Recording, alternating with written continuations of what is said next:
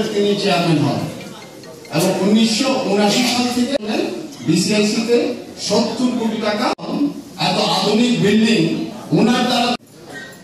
তো এরপরে উনি 96 সালে একটা হচ্ছে উনি আসলে আহ্বায়ক ছিলেন, সভাপতি ছিলেন। বলতে গেলে ঘন্টার আমাদের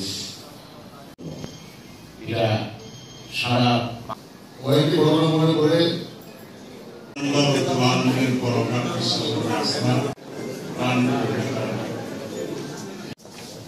আমার সঙ্গে তার সম্পর্ক আগে